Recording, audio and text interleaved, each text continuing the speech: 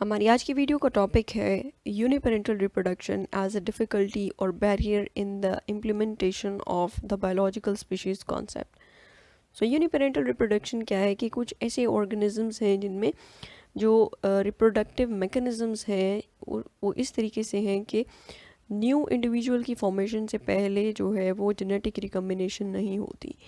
Means के single parent involve होता है रिप्रोडक्शन में, यूनिपेरेंटल रिप्रोडक्शन होती है। और इसमें हमारे पास जो मैकेनिज़म्स हैं these include self fertilisation, parthenogenesis है, सूडोगैमी है। सूडोगैमी एक ऐसा मैकेनिज़्म है जिसमें स्पर्म जो है ये एग को एक्टिवेट करता है, लेकिन जो न्यूक्लियर फ्यूजन है स्पर्म और एग की वो नहीं होती है प्रायर टू डेवलपमेंट।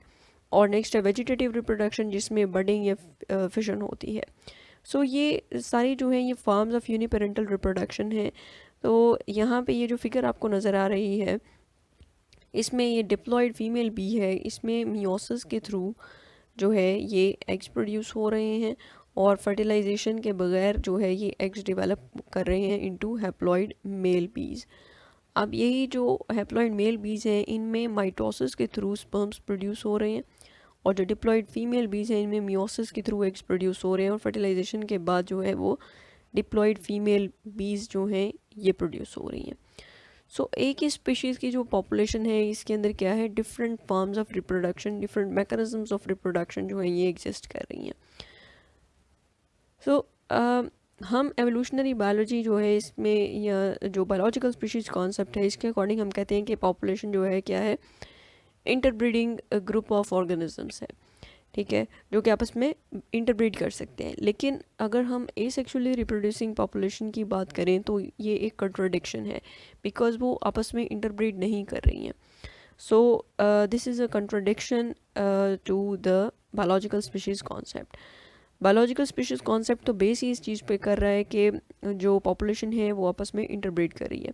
सो जो बायोलॉजिकल स्पीशीज़ कॉन्सेप्ट है इसको हम यूनिपेरेंटली रिप्रोड्यूसिंग जो ऑर्गेनिजम्स है उस पर इम्प्लीमेंट नहीं कर सकते।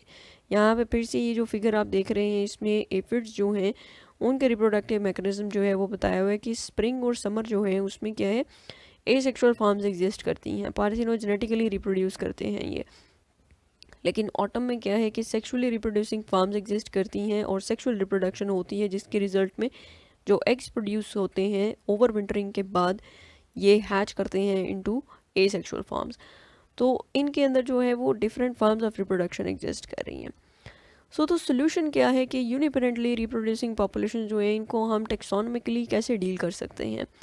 तो ऐसी पॉपुलेशन भी एग्जिस्ट करती हैं जो कि बिल्कुल डिफरेंट होती हैं, डिस्टिंक्ट होती हैं जो स्पीशीज़ होती हैं उससे, ठीक है।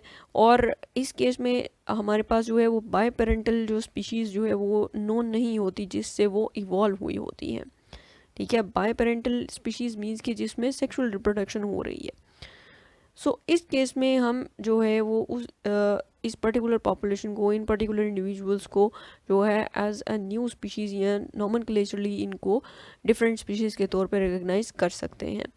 सो जब कभी भी ऐसी पॉपुलेशन हो जिसमें रिप्रोडक्टिव जो कि रिप्रोडक्टिवली आइसोलेटेड जिसमें क्रोमोसोम टाइप्स मौजूद हों, ठीक है, एक स्पीशीज़ के अंदर, जैसे कि हमारे पास एग्जांपल है आर्टीमिया सेलिना, ठीक है, ये जो क्रस्टेशियन है। तो इसको हमने क्या है it may be convenient to distinguish them nomenclaturally. जब हमारे पास उनकी जो बायपेरेंटल स्पीशीज़ है वो नोन नहीं है और हमारे पास सिर्फ पार्थिनोजेनेटिकली या यूनिपेरेंटली रिप्रोड्यूसिंग पॉपुलेशन है तो हम उसको एज अ डिफरेंट स्पीशीज़ जो है वो रिकग्नाइज कर सकते हैं।